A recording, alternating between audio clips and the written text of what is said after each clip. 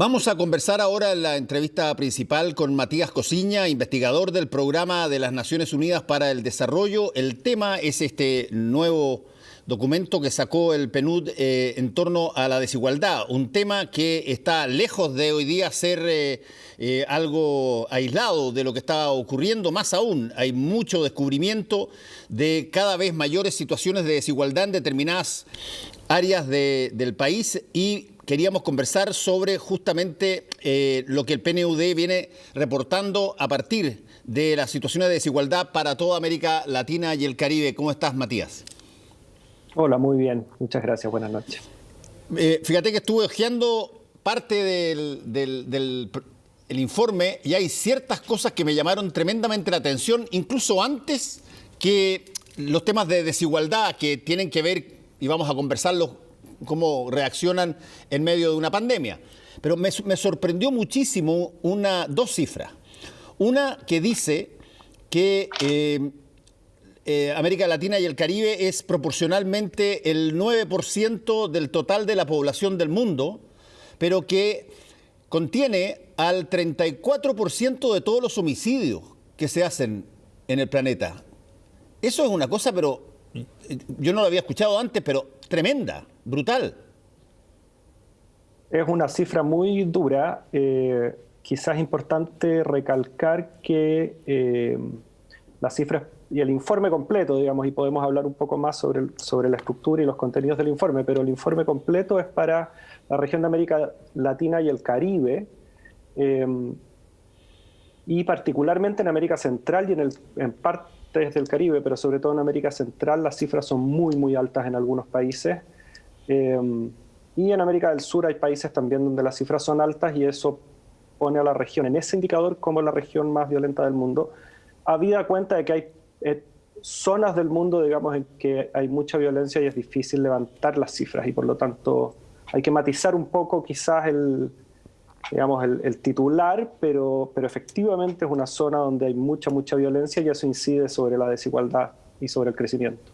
Sí, bueno, esas son las dos variables que ustedes tratan en este informe, que son por una parte las condiciones de desigualdad y por otras partes las condiciones de crecimiento económico.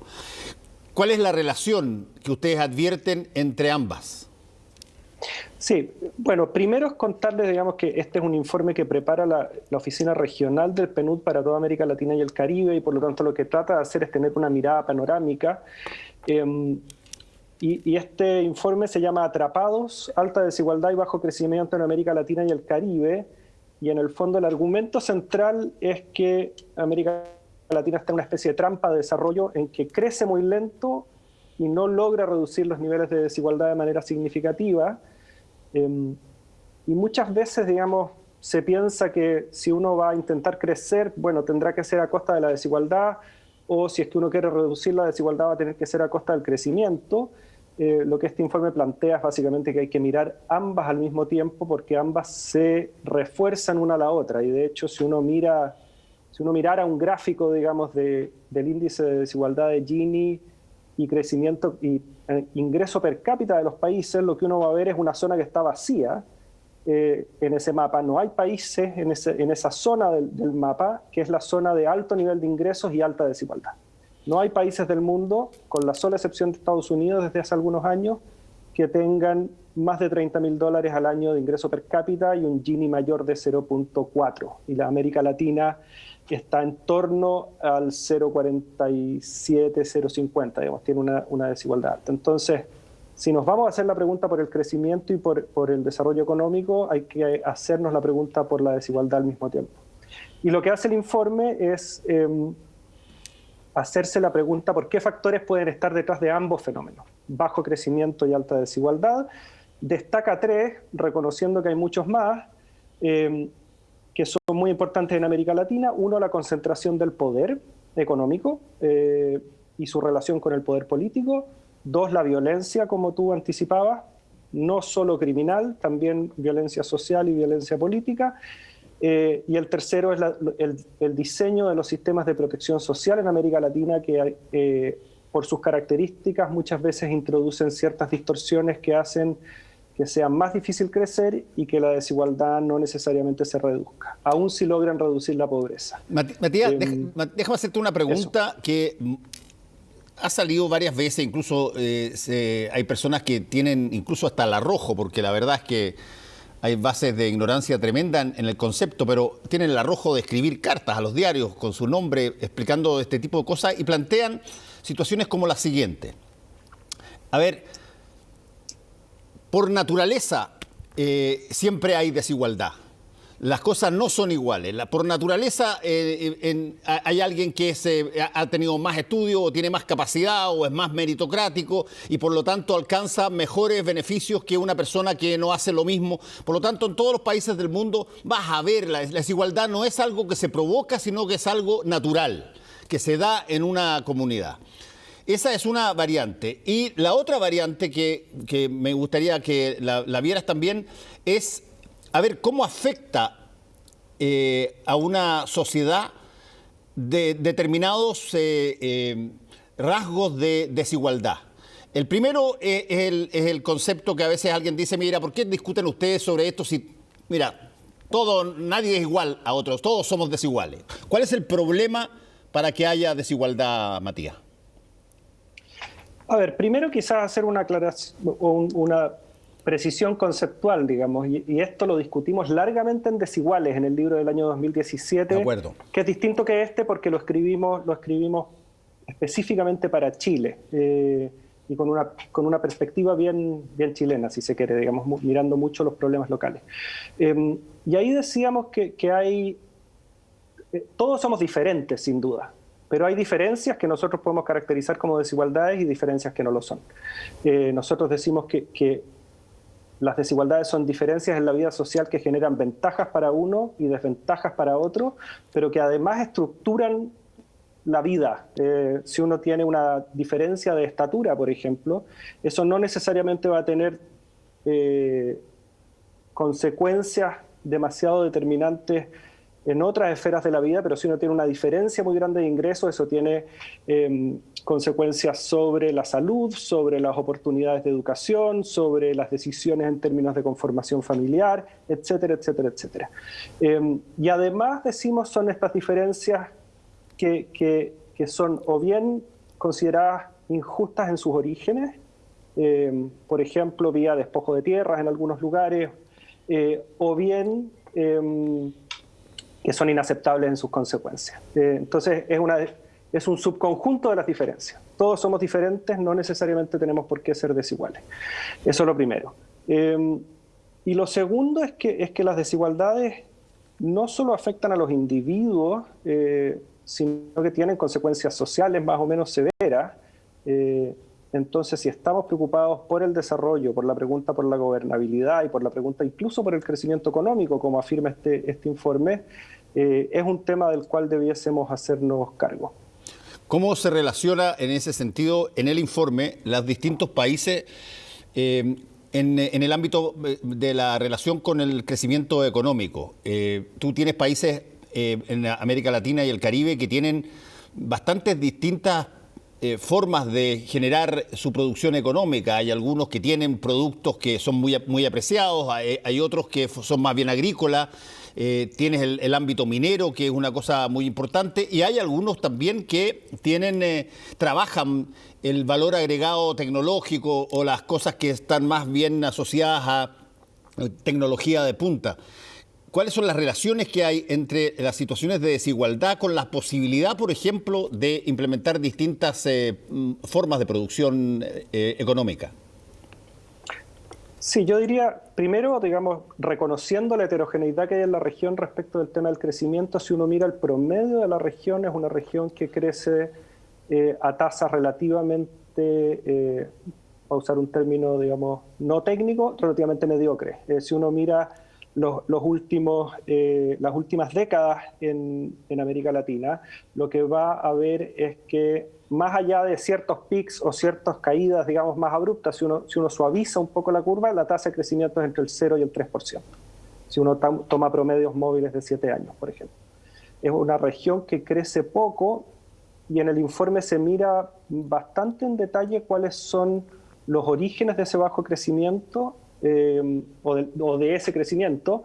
Y lo que es bien evidente es que el crecimiento en América Latina es principalmente producto de la acumulación de factores, o sea, la inyección de capital, la inversión, y la acumulación de capital humano, pero poco vía productividad, vía, digamos, obtener ganancias a partir del uso de tecnología de manera eficiente, tecnología de producción, digamos. Eso es una cosa. Lo otro es que efectivamente es una región que crece poco, pero además tiene un crecimiento muy volátil. Tiene muchos años de crecimiento positivo y después muchos años de crecimiento negativo. Y eso tiene que ver principalmente con los ciclos de los recursos naturales, con crisis, con lo expuestos que están muchos países a través de la deuda o por este tema de los recursos naturales a shocks internacionales, a crisis que no son provocadas acá. Y por último, digamos, crisis endógenas, por ejemplo, crisis políticas que generan crisis económicas. Entonces, es una región que crece de manera irregular y en promedio crece poco. ¿Cómo se relaciona eso con la desigualdad? Es una excelente pregunta y es como el foco del informe, digamos. La afirmación es que ambas se impactan una a la otra, pero desde desigualdad hacia crecimiento, la variable principal es que nuestras sociedades, por la desigualdad estructural que tienen, no aprovechan todo el capital humano y todo el potencial que hay a nivel social y a nivel de las economías para producir. Por ejemplo, en Chile, la tasa de participación de las mujeres es alrededor del 50%. Eso quiere decir que hay en la práctica un cuarto de la fuerza de trabajo, poco más porque los hombres tampoco participan al 100%, pero hay un cuarto de la fuerza de trabajo que no está siendo ocupada. Esa desigualdad de género, por ejemplo, en participación laboral, digamos, tiene un impacto en crecimiento. La inversión que hacen los países en educación, por más que la hagan, si es que después hay, por ejemplo, discriminaciones en el mercado laboral por el origen socioeconómico o por la raza o por la etnia, son inversiones que van a ser subutilizadas porque uno puede entrenar, digamos, educar a una persona de la mejor manera posible y después si va a ser discriminada en el mercado laboral y no va a poder llegar a desarrollar todo su potencial, también digamos, es una inversión que se pierde. Entonces, la desigualdad dificulta el crecimiento y de hecho hay, por ejemplo, papers, no de este trabajo, del Fondo Monetario Internacional hace algunos años, mostrando que si bien no hay una relación tan clara en el corto plazo, en el largo plazo, niveles altos de desigualdad tienden a reducir las tasas de crecimiento. Y el mecanismo principal es a través de innovación y del uso del capital humano. Mira, yo me acuerdo, Matías, a un profesor de la Universidad de Harvard, que es bien conocido, es venezolano, Ricardo Hausmann, quien hacía en la introducción de uno de sus cursos, hacía siempre una serie de comparaciones entre países antes de un determinado fenómeno y después de que pasara ese determinado fenómeno.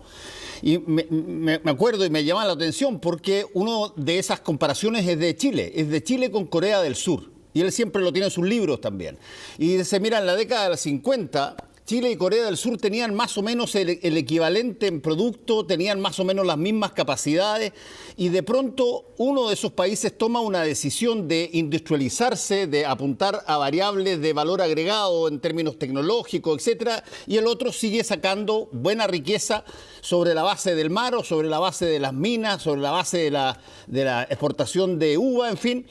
Y el resultado, al final, en términos de productividad, lo que tú estás hablando, siempre decía el profesor Hausmann, termina 30, 40 años después con una Corea del Sur que está más cercana del alto desarrollo y un Chile que está con un buen desarrollo comparado con algunos otros países, pero todavía anclado a básicamente producciones propias de la era de los 50 sin mucho cambio. ¿Eso tiene algún impacto en la forma en cómo se constituyen posteriormente las poblaciones, los territorios y las desigualdades que se generan a partir de ahí? Sí, claro, sin duda. Yo creo que yo haría foco, y efectivamente, digamos, los ejemplos del profesor Hausmann suelen ser citados y el caso de Corea es bien emblemático. Yo diría lo siguiente, a ver, cuando uno dice el país tomó la decisión de hacer tal y tal cosa, digamos, básicamente estamos hablando de política industrial. de una decisión de parte de la clase política, del Estado y de los empresarios, digamos, de llevar al país en una determinada dirección, con una muy, muy fuerte inversión en educación, además. Digamos, yo, digamos, tengo ex compañeros de estudios coreanos, digamos, y las historias de sus carreras educacionales son bien notables en términos de los niveles de exigencia. Entonces yo diría que hay un par de lecciones. Una es la importancia de la inversión en educación. Dos, el valor de la política industrial y de la decisión de los estados de desarrollar ciertas áreas de la economía, para lo cual en los países de América Latina, particularmente en Chile, hemos sido relativamente reticentes durante las últimas décadas. Y lo tercero es también la decisión de descentralizar, digamos, a partir de ese desarrollo industrial, la concentración territorial de la producción. Eso diría yo en general, sí. Digamos. Ahora, también es importante saber que el bajo crecimiento facilita que la desigualdad se mantenga. Entonces, al final es un círculo vicioso, digamos. Particularmente porque permite la concentración del poder y además porque hace más complicada la gobernabilidad. Y aquí hay datos bien interesantes en este informe sobre las percepciones de desigualdad en América Latina, y ese es un tema del cual también podemos hablar. Sí, a ver, dale, me interesa el punto. Quería terminar básicamente la decisión de, por ejemplo, hacer políticas industriales, como tú lo decías, que un país tome decisiones industriales. Son decisiones, bueno, no solamente ideológicas, porque de alguna manera tienen una visión de las cosas en términos de una proyección, pero ¿cómo no sé si es que existe la forma de evaluar el que tú tengas una idea de cómo debes hacer productivo al país sobre la base de lo que tienes y sobre la base de lo que eventualmente podrías tener? Te pongo un ejemplo. El concepto de las ventajas comparativas, sobre todo en la época de la dictadura, en la época de hace 35, 40 años, fue muy potente. Que era básicamente decía, ¿para qué vamos a hacer cosas nosotros si las podemos comprar más baratas hechas de otro país? Y llegaron los zapatos chinos y se acabó una serie de empresas que había. ¿Qué relación hay en la intención, la voluntad política del país de construir de fabricar? Voy a poner una palabra que puede sonar extraordinariamente rara para esto, pero quiero dar la idea de que esto hay que inducirlo, no viene de la lluvia, digamos, ¿eh? Hay que hacerlo. ¿Cómo se hace eso en términos de diseñar una forma de aquí a varias décadas para transformar la matriz productiva de un país y, por lo tanto, incluir todas estas variables positivas de mayor igualdad? Es la pregunta del $1.000.000. Yo creo, primero, a propósito del tema de la idea de las ventajas comparativas, digamos, efectivamente no es solo una política, digamos, es una teoría económica que estuvo muy en boga durante varias décadas y que yo creo que todavía tiene bastante sentido analizarla, pero en mi visión tiene un problema, digamos, y es que no considera qué es lo que pasa con la fuerza de trabajo en general. O sea, uno puede tener ventajas comparativas, por ejemplo, porque tiene mucho cobre bajo la tierra, pero la industria minera es una industria muy intensiva de capital y que usa relativamente poca fuerza de trabajo, y la pregunta es, bueno, ¿qué pasa con una población, digamos, con una fuerza de trabajo, cuando uno ocupa esa ventaja comparativa e importa todo lo demás? Estoy sobresimplificando, en el largo plazo, ¿no? En el fondo, ¿con qué trabajadores termina uno y haciendo qué? Entonces, digamos, yo diría que es una respuesta incompleta a la pregunta. ¿Cómo se hace desarrollo industrial? Yo diría que básicamente los estados, los gobiernos tienen que tomar un liderazgo en la identificación de cuáles son esas áreas en las cuales el país podría desarrollarse, pero además tiene que ser un proceso de diálogo amplio, particularmente con el sector empresarial y con los trabajadores. y tiene que ser sostenido en el tiempo, además. En el fondo yo creo que una dificultad de la gobernanza de los procesos de desarrollo industrial es que los réditos de cualquier conversación que uno tenga en ese sentido nunca se van a ver dentro del ciclo político, del ciclo electoral. El presidente o la presidenta que inaugura no es la que corta la cinta después cuando ya está lanzado el asunto. Dada la edad de muchos, mandatarios de nuestros países, probablemente puede que ni siquiera lo vea. Ni siquiera llegue a ver la cinta, pues son procesos largos, tú dijiste 30, 40 años, 50 años a veces. Entonces, ahí son clave los procesos de diálogo y yo creo que procesos como el proceso constituyente que está ahora en curso, digamos, son oportunidades para intentar abrir ese horizonte más largo de conversación entre todos los actores de la sociedad, pero sin duda es una respuesta que ni la va a dar un organismo de Naciones Unidas, ni mucho menos un investigador de un organismo de Naciones Unidas, más bien se la tiene que dar el país a sí misma. Así es. Matías, te quiero preguntar también, porque siempre hay, me imagino, parangones con los cuales uno se compara o con los cuales uno se mira y anhela estar en una situación como esa. ¿Qué hace que países, por ejemplo, que tienen los mejores niveles de igualdad, en términos de lo que estamos hablando, ¿qué han hecho ellos para llegar a esa fase? No voy a asociarlo ni a raza, ni a religiones, ni a invasiones prematuras, sino que en términos de toda la construcción a través de años de un sistema económico, ¿cuáles son las variables que eventualmente uno podría intentar reproducir? Para volver un poco al informe, digamos, que motiva esta conversación, lo que propone como un punto de entrada para esto, para la región de América Latina en específico, este informe es básicamente partir por intentar universalizar la protección social. ¿Y eso por qué?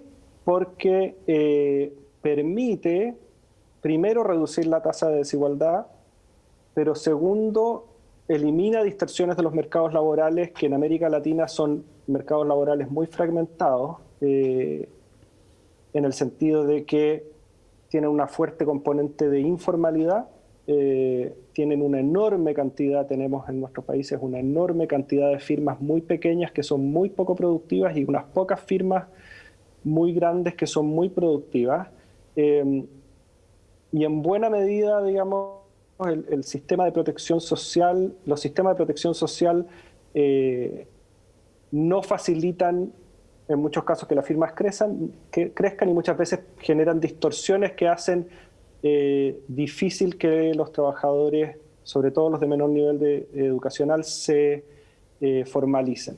Entonces, una cosa que uno ve en los países, digamos, de mayor nivel socioeconómico y menor desigualdad, son sistemas de protección amplios, inclusivos, universales, aparejados de una alta inversión pública en áreas clave como la educación, como la salud, como la conectividad, por ejemplo, y las obras públicas. En el caso de Corea, por ejemplo, el tema de la conectividad fue clave en algún minuto. Entonces es una mezcla, digamos, entre inversión pública fuerte, un sistema de protección social universal y en algunos casos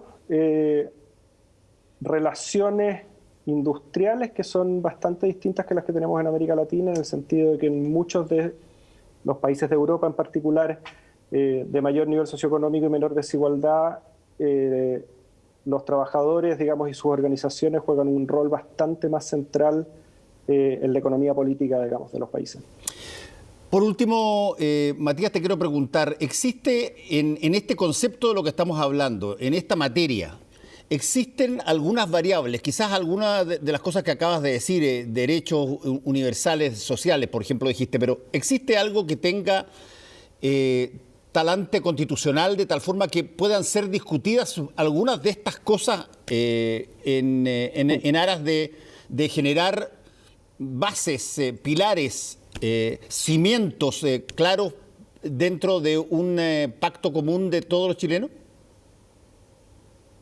Sería un poco temerario, digamos, empezar a dar temas constitucionales antes de que la constituyente empiece a funcionar, digamos, desde Naciones Unidas, desde el PNUD. Pero básicamente el tema de los derechos sociales, yo creo que es una conversación que tiene que estar sobre la mesa y que sin duda tiene que ver con la problemática de la desigualdad. En particular, si uno mira dónde están las percepciones de desigualdad más fuertes, en nuestros países, en particular en Chile, tienen que ver con las desigualdades en salud, en educación, en protección social y pensiones, y en el acceso a la justicia, en un acceso igualitario a la justicia. Esos son los, digamos, los nudos de la sensación de injusticia más allá de la injusta o desigual distribución de ingresos en el país. Si a eso se le quiere dar carácter constitucional o no, digamos, va más allá de mis competencias. Sí. Yo estudié no estoy hablando cosas, de discusión, básicamente. No estudié. No, pero sí, está bien. Estoy hablando básicamente de discusiones porque tú viste, hubo 2 debates, lunes y martes, 6 personas. Prácticamente las 6 personas, desde el punto de vista de los modelos, tenían, sorprendentemente, algunos ponían más énfasis en una cosa que otra, pero tenías 4 personas de un sector político, 2 personas de otro sector político, pero básicamente todos hablaban de derechos universales, de derechos sociales. Algunos venían recién llegando a esa discusión, otros también, porque históricamente postulaban otras cosas más estatistas que derechos sociales asociados a las propias personas, pero no cabe la menor duda de que ese tipo de variables necesitan ser discutidas, por lo menos para ver si es que podemos alcanzar niveles de igualdad o niveles de productividad que sean compatibles con los países que uno admira en ese sentido. Sí, ahí quizás es súper interesante traer el dato de las percepciones de desigualdad. Una cosa, casi una anomalía, digamos, que trae este informe, es que Chile aparece a la cabeza de la región como el país en que se considera, es uno de los países donde se considera más injusta la distribución de ingresos, es el país donde más injusto se considera las desigualdades en el acceso a servicios como salud, como educación y, como decía, en el acceso a la justicia. Siendo que en indicadores objetivos, Chile aparece bastante mejor que muchos países de la región en todas esas dimensiones. Incluso el país aparece como el país donde se considera que hay menos equidad entre hombres y mujeres, digamos, o donde más se considera que las oportunidades entre hombres y mujeres no son iguales, siendo que es el país de la región que tiene el mejor indicador de igualdad de género según el mismo PNUD. ¿Por qué es esto? No sabemos exactamente. Uno es que la medición fue hecha en 2020, después de las movilizaciones sociales desde el 2019, y seguramente, digamos, con toda la problematización de la desigualdad que había implicado eso, los números se movieron un poco hacia arriba, pero sin duda que si lo hubiéramos medido en 2019 igual habrían sido altas. Una posibilidad es que si hay algo en lo cual Chile se distingue del resto de la región es que hay altos niveles de concentración del ingreso. Chile es el país que niveles más altos de concentración presenta junto con México y Brasil, no solo en el 1% de mayores ingresos, que concentra algo así como el 28% del ingreso total, sino que en el 10% de mayores ingresos, que concentra algo así como el 60% del ingreso total. Y ese mismo 10% accede a un sistema diferenciado de educación, básicamente educación privada, que concentra algo así como el 8% de la matrícula, accede a un sistema diferenciado de salud, vía seguros privados, vía ISAPRES, y accede también a mejores servicios, por ejemplo, en términos de defensa judicial, si es que tienen algún problema con la justicia, Entonces, digamos, el hecho de que este 10% de más altos ingresos esté tan separado en términos de los promedios y además acceda a servicios sociales diferenciados respecto del resto de la población, yo creo que puede estar como anclando las percepciones de desigualdad. O sea, más allá de que tengamos promedios altos de ingresos. Se perciben como más altos, dices tú. Sí, porque incluso la desigualdad en Chile no es la más alta de América Latina, sí. Está más o menos en la mediana, estamos en el medio del pelotón, digamos. Y sin embargo se percibe como una de las más, o se percibe con gran intensidad como una distribución de ingresos y de peso injusta. Tenemos que terminar, pero me gustaría saber si es que cómo se accede al informe, si es que la gente que nos está viendo quiere verlo completo. Bueno, en pnud.cl, en nuestro sitio web, va a estar la noticia respecto del lanzamiento, pero en realidad lo más fácil es poner en el buscador de su navegador PNUD América Latina y el Caribe, y les va a aparecer, la primera búsqueda va a ser la oficina de nuestra oficina regional, el sitio de nuestra oficina regional, donde está el informe en castellano, en inglés, y está el informe completo, que son 300 y algo páginas, y hay un resumen de 20 páginas también para empezar a meterse en el tema si es que quieren, digamos, tener una visión general. Matías Cosiña, muchas gracias por haber estado con nosotros hoy día. Que te vaya muy bien. Muchas gracias a ti, muchas gracias a ustedes. Que estén bien. Chao. Volvemos en un ratito con Raúl Soro.